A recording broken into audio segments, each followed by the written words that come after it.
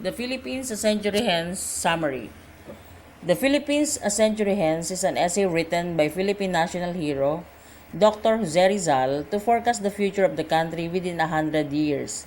Rizal felt that it was time to remind Spain that the circumstances that ushered in the French Revolution could have a telling effect for her in the Philippines. This essay, published in La Solidaridad, starts by analyzing various causes of the misery suffered by the Filipino people.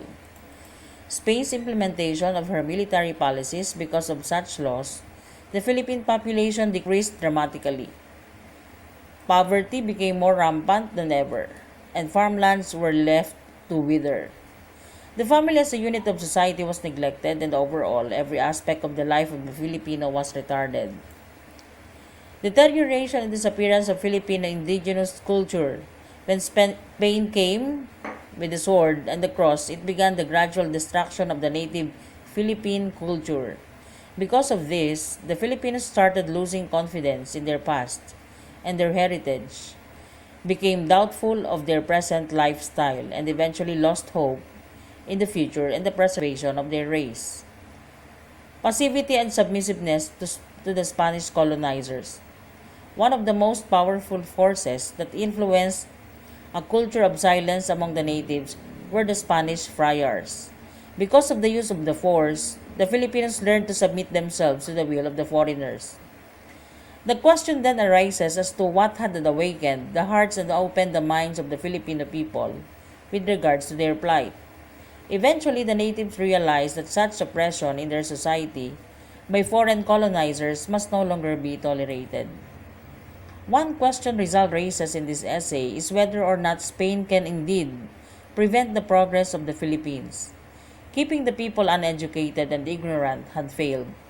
National consciousness had still awakened, and great Filipino minds still emerged from the rubble. Keeping the people impoverished also came to no avail. On the contrary, living a life of eternal destitution had allowed the Filipinos to act on the desire for a change in their way of life. They began to explore other horizons through which they could move towards progress. Exterminating the people as an alternative to hindering progress did not work either. The Filipino race was able to survive amidst wars and famine, and became even more numerous after such catastrophes. To wipe out the nation would require the sacrifice of thousands of Spanish soldiers, and this is something Spain would not allow. Spain therefore had no means to stop the progress of the country. What she needs to do is to change her colonial policies so that they are in keeping with the needs of the Philippine society and to the rising nationalism of the people. What Rizal had envisioned in his essay came true. In 1898, the Americans wrestled with Spain to win the Philippines and eventually took over the country. Theirs was a reign of democracy and liberty. 5 decades after Rizal's death, the Philippines gained her long-awaited independence. This was in fulfillment of what he had written in his essay.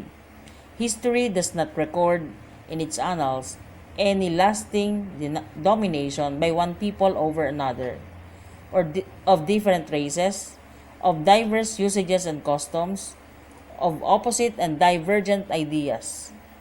One of the two had to yield and succumb.